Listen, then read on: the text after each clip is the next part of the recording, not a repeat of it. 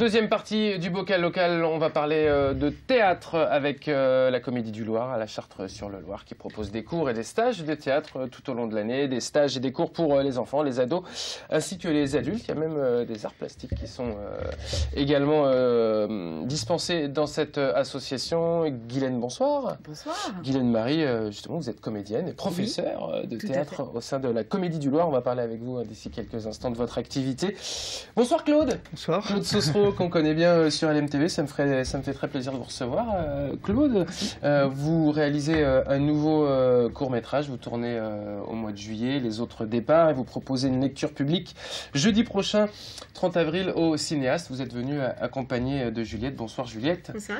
Vous avez participé au casting, vous avez été sélectionnée, félicitations. Vous serez donc comédienne dans ce court-métrage. Claude, c'est beaucoup de préparation, un court-métrage. Là, on arrive finalement dans la fin de ce qu'on pourrait parler l'administratif d'un court-métrage. Vous avez hâte là d'arriver au moment du tournage? Oui, c'est vrai. Ouais. C'est beaucoup de travail. On se demande pourquoi on le fait parfois. Mais donc ça fait 1 an que je suis sur ce projet depuis l'écriture. Et là, on n'est pas encore tout à fait à la fin de l'administratif parce qu'on est à 2 mois du tournage, 3 mois. On va le diffuser sur LMTV. Ouais, vous êtes partenaire donc pour la diffusion. Il reste encore 3 mois et c'est encore le tournage, c'est la partie un peu visible et c'est un peu l'euphorie, mais il faut caler tout avant. Et plus on arrive, plus on se rapproche du tournage et plus tout part dans tous les sens. Enfin voilà, il faut caler un maximum de choses avant pour être prêt justement au moment du tournage. C'est une belle histoire sartoise aussi. Vous êtes sartois, Claude, Juliette, vous êtes sartoise? Oui. Oui. Le producteur OHNK, Thierry Bonquet, est sartois également. Voilà. Sa société de production est au Mans. La chaîne de télé locale va la diffuser. C'est aussi une belle rencontre, tout ça. Enfin, 2 belles rencontres. Bien sûr, moi je revendique ça, c'est-à-dire tous mes films ont été faits en Sarthe. Et je pense que si j'arrive à faire des films, c'est parce que je les tourne en Sarthe. C'est clair qu'il y a... Bon, déjà, il y a plein de décors, il y a plein de choses. Et puis, il y a les comédiens, c'est-à-dire qu'on mélange des comédiens. Voilà, il y a un potentiel à Paris quand on ne trouve pas les comédiens pour les rôles. Mais là, il y avait 2 adolescents dans le film et on a fait un casting et on a trouvé. On est très content du casting. Et puis, il y a une comédienne parisienne qui vient. Mais on est en train de monter une équipe, on va dire 80% sartoise, on essaie en tout cas. Donc, oui, c'est... Enfin, c'est une logique qui me plaît bien, moi, depuis le début, et on y arrive parce que, voilà, il y a Thierry Bonquet, par exemple, qui m'accompagne sur le projet, qui travaille sur le projet, donc la chaîne de télé, LMTV, depuis des années, vous diffusez des courts-métrages, donc je trouve que tout ça, on a tout pour dire, voilà, on fait des choses, ça peut être vu sur LMTV. C'est votre 40e court-métrage, vous il y a ceux qu'on assume et puis ceux disons que les 3 derniers ont été un peu plus remarqués que les premiers. D'accord. Juliette, vous avez participé au casting et donc vous serez dans le film de Claude. C'est la première fois que vous allez jouer au cinéma, entre guillemets? C'est la première fois, oui. Qu'est-ce qui vous a motivé à participer à ce casting? En fait, ça fait ça fait un petit moment que j'aime bien cet univers-là. Et je fais à côté du théâtre et de la comédie burlesque. Et donc, c'est ma grand-mère, en fait, qui m'a montré l'article et qui m'a dit, voilà, tu peux le faire, etc. Et je savais que j'avais rien à perdre de toute manière. Donc, j'y suis allée et après, j'y suis retournée. Voilà. Jusqu'à ce qu'on vous dise oui. Voilà, c'est ça. Guylaine, vous êtes diplômée des cours Florent. Oui, tout à fait. Vous, il faut aussi justement faire comme Juliette et se dire allez, il faut tenter l'expérience, participer au casting, que ce soit pour du théâtre ou pour du film. Moi j'ai joué dans de nombreuses pièces où j'avais accompagné un ami et puis on se trouve que tiens on donne la réplique et puis finalement c'est vous qui êtes pris et pas le comédien qui s'est présenté. Ou à chaque fois que moi ça a marché c'était vraiment par hasard. Donc c'est surtout en plus je pense la spontanéité qui compte lors d'un casting, la fraîcheur. Donc plus on vient comme ça vraiment presque un improviste ou sans vraiment y avoir réfléchi avant, et mieux c'est. Vous aviez préparé vous ou pas Juliette ce casting? On m'avait envoyé le lien de quelques répliques à faire et donc quelques minutes avant j'avais préparé avec avec votre film, Oui. c'est ça. Donc les répliques, etc. Et après, on les a présentées. Et après, il y a eu une improvisation, donc non, j'ai pas préparé ça. Oui, c'est ça.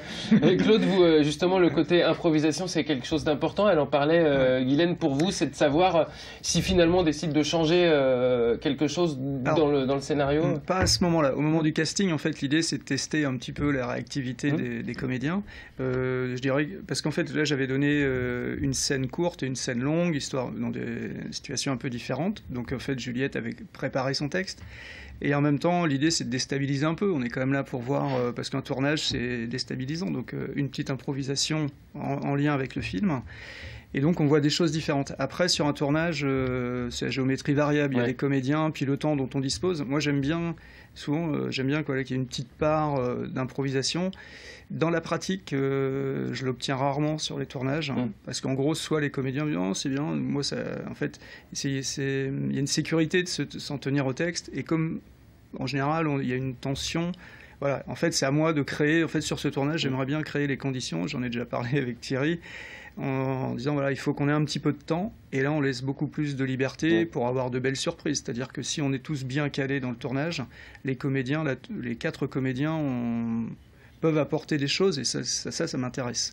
Qu'est-ce qui vous a séduit chez Juliette dans sa prestation ? Exactement ce que vous disiez. En fait, on a fait 2 castings avec Juliette, c'est-à-dire qu'il y a eu un premier passage, donc on a vu pas mal de jeunes comédiennes, et Juliette, justement, elle avait préparé un peu le texte, mais voilà, c'était frais, c'était convaincant, elle tenait le regard, elle nous regardait, elle était avec nous, donc elle a communiqué beaucoup de choses. Mais après, on a eu une autre comédienne comme ça, donc on n'a pas su trancher, on n'était pas sûr, moi j'ai eu plein de doutes, qui était très différente de Juliette, donc on a attendu 1 mois et demi, le temps de se caler, et puis là je leur ai proposé, dans le film il y a une lecture de lettres, enfin un petit peu improvisée, donc je leur ai préparé une lettre, mais alors très longue, histoire aussi de bien les embêter. C'était une lettre de Jacques Higelin, il y a une lettre d'amour d'un soldat de 20 ans, donc un échange qu'il avait eu avec une compagne. Et à la fin, il y a le moment de la rupture, donc j'avais fait un montage de la lettre, donc elle était assez longue. Et là, Juliette, je lui dis voilà, là on va filmer, on va faire un gros plan, et ça dure 5 minutes, je crois, la lecture. Donc là, Juliette et l'autre comédienne avaient préparé ce texte, et l'idée c'était de, face à la caméra, voilà, que nous on ressente plus d'émotion, que voilà, c'est autre chose que j'attendais. Et puis donc voilà, là il y a une quinzaine de jours, on s'est revus. Et puis, voilà, elle nous a émus, elle nous a touchés. Donc voilà, elle a plein de registres. Et puis, ce que j'aime bien, c'est que là, on a affaire à de jeunes comédiens. Donc de toute façon, ils n'ont pas un passé cinéma. Ouais. Plus dans le théâtre, en fait, ceux qu'on a vus. Donc c'est forcément nouveau. C'est souvent une première école. Voilà, de toute façon, et puis tous les comédiens qu'on a vus, voilà, je leur ai fait, ils avaient quelque chose on sent qu'ils avaient envie de jouer, à raconter. Donc, allez au théâtre, vous avez plus de possibilités de faire du théâtre maintenant. Il ne faut pas attendre les tournages, par exemple, parce que c'est un peu la loterie parfois. Et puis, il n'y a pas beaucoup de situations. Voilà, les tournages, c'est quand même rare. Donc, je les envoie vers le théâtre. Et parce que voilà, ils vont se faire plaisir. Et nous, la plupart du temps, voilà, les comédiens viennent du théâtre. En fait, il y a très peu qui, on peut dire, ils sont que des acteurs. Il y a plus de troupes de théâtre que de troupes de comédiens de cinéma. Voilà. Et puis même les comédiens qu'on voit dans les téléfilms, ils ont quand même souvent une actualité au théâtre. Il y a très peu qui font que du cinéma, et qui sont connus finalement. Guylaine, qu'est-ce que vous regardez vous en premier chez un comédien ou une comédienne qui passe par la Comédie du Loir, lorsque vous donnez des cours, lorsque vous parlez aussi de votre expérience? Pour la Comédie du Loir, la création est assez récente. Nous avons commencé à donner des cours en septembre 2014 seulement, donc c'est assez récent. Là, je constitue un petit peu mes groupes d'élèves. Sinon, avant, j'ai enseigné au Maroc. Avant, je jouais à Paris. Donc, en fait, je commence seulement là, un peu même à découvrir la région. Ça va, vous n'êtes pas installé dans la région la plus moche de la Sarthe, à la Chartre, c'est plutôt cool. Oui, voilà, j'étais très attirée par... j'ai découvert cette petite ville, la Chartre-sur-le-Loir, où il y a énormément finalement d'artistes, peintres, antiquaires. Je suis ici aussi grâce à l'ABAP, l'association de brocante art patrimoine, qui est très active avec Armel Labbé là-bas, et qui promouvoit toutes sortes de métiers d'art et de manifestations comme ça. Et c'est vrai que voilà, ça m'a attirée pour m'installer ici. On va parler des cours et des stages que vous proposez. Vous faites une lecture, Claude, des Autres Départs, votre prochain court-métrage, lecture publique jeudi 30, donc c'est dans 2 jours, pour ceux qui nous regardent en direct, au cinéaste. Quel est l'intérêt d'une lecture publique, d'un scénario, avant finalement le court-métrage? C'est une lecture intéressée. C'est-à-dire que donc, le producteur, Thierry Bonquet, dans le financement du film, prévoit du crowdfunding. Ouais. Donc c'est aussi une occasion pour lancer la campagne. Donc l'idée, c'était de communiquer. C'est du financement participatif. Voilà. Ouais. Donc moi, je découvre ce système, et en même temps, moi je vois pour ma part, je voulais pas être lecteur pour justement profiter de la lecture des comédiens. Mais il y a une partie communication parce qu'on a besoin, voilà, c'est un aspect comme ça pour le financement. C'est ça l'intérêt, on l'a créé, autrement on l'aurait fait seul finalement. On le refera d'ailleurs, mais là on le fait en public. Je trouve que c'est intéressant. Les comédiens ne se connaissent pas, puisqu'ils sont croisés pour certains, mais ils ne se connaissent pas beaucoup. Donc les 4 comédiens principaux, on va préparer un peu, mais ils vont découvrir ensemble le texte. Et puis la lecture publique, moi je trouve que c'est un moyen de... Moi je vais en profiter, égoïstement. Mais voilà, on va communiquer, on invite des gens pour ça, pour partager ce sujet, le thème du film. Et puis voilà, pour ceux qui veulent soutenir le... Combien vous demandez justement pour cette partie? J'ai pris quelques notes, parce qu'en fait le système c'est... Voilà, on peut donner 10 €. Oui, il y a des contreparties. Il y a des contreparties, voilà. Moi je l'ai fait pour un ami réalisateur, bon c'est plus... Voilà, c'est se dire, tiens, je vais lui donner un coup de main, mais à la limite, moi, mon nom, je m'en fiche. Mais c'est plus, voilà, de se dire, ça existe maintenant. Ouais. C'est un petit clin d'œil, voilà, un petit coup de pouce, quoi. Et puis, plein de petits coups de pouce, ça donne des grands coups de pied. Et ça nous fait avancer, quoi. Donc, c'est ça l'objectif. Il y a un objectif, quand même, financier, normalement, au crowdfunding, non? Alors, là, entre autres, c'est 7 500 €. Hein, parce qu'effectivement, si on n'atteint pas cette somme, on n'a rien, quoi. Ouais. Ça, c'est le principe. Donc, il faut soutenir. C'est l'idée, voilà, après chacun juge. Moi j'essaie aussi quand on fait un film, on a toujours aussi des arrière-pensées. Et là, le sujet du film, le thème, c'est les autres départs, sur les expulsions locatives. Donc c'est ça l'idée aussi, de dire, tiens, ça va être peut-être prétexte à aborder des sujets auxquels je suis sensible. Mais voilà, donc je pense que soutenir un film comme ça, c'est aussi peut-être être sensible au sujet du film. Oui, bien sûr. C'est pas pour le réalisateur, je dirais que c'est plus large que ça. Bon, même si les copains...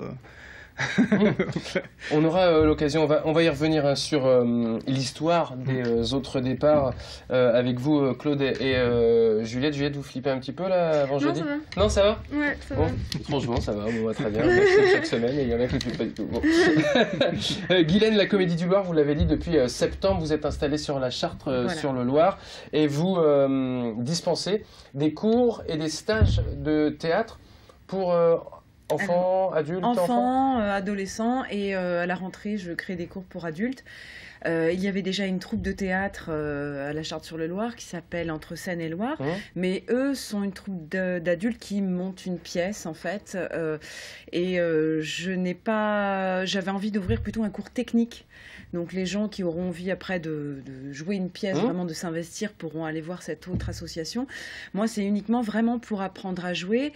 Ce qui manque souvent, on aborde le théâtre parfois au lycée grâce à un professeur de français ou une personne passionnée et qui parfois n'utilise pas forcément la bonne technique pour apprendre aux jeunes parce que jouer, ça s'apprend.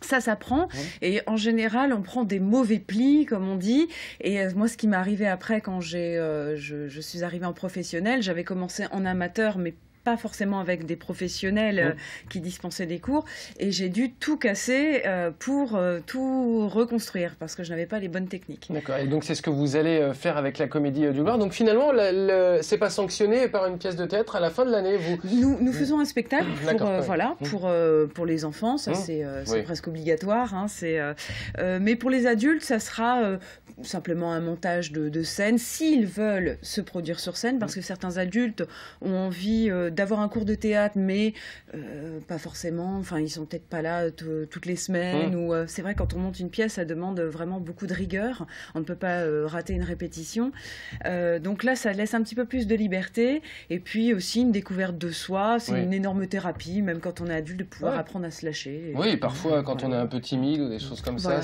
permet, de ce que vous dites, de se lâcher. Quelles sont les techniques principales? Alors, je sais qu'il y en a beaucoup, j'imagine, mais quelles sont les techniques principales pour devenir comédien ou pour jouer au théâtre, entre guillemets? Ça m'intéresse parce que Claude, il fait un court-métrage tous les 2 ans, à peu près, c'est ça? Je vous ai vu dans une publicité. Oui, c'est ça. C'est une grosse erreur de la production, vous avez pu le constater. Mais moi, je dirais qu'en fait, la grosse erreur qui peut être faite, mais ça, c'est aussi la France et la culture française, c'est de partir du texte. C'est souvent, même les élèves à l'école, on leur fait connaître le théâtre par le prisme de Racine, Molière. Bon, c'est très bien, mais on part du texte, des textes très lourds, même parfois des textes plus modernes. Et en fait, le naturel vient aussi. Moi, je travaille via l'improvisation parce que la toute première des clés, c'est d'abord d'être à l'aise à parler en public, d'y éprouver du plaisir, parce que sans le plaisir, c'est pas la peine d'aller plus loin. Moi, je leur dis, si ça vous fait pas plaisir, faut aller faire du tennis, faut faire du ping-pong. Alors ces gros textes peuvent être une contrainte justement de se dire, oh là là là, on s'attaque à Racine, Molière. Qu'on soit adulte, enfant, ado, déjà, bon, ceux à l'école, ils ont déjà des choses à apprendre, donc ils se disent, c'est rébarbatif. Un adulte, pareil, la semaine, il a son boulot, il n'a pas forcément envie d'apprendre des pages et des pages.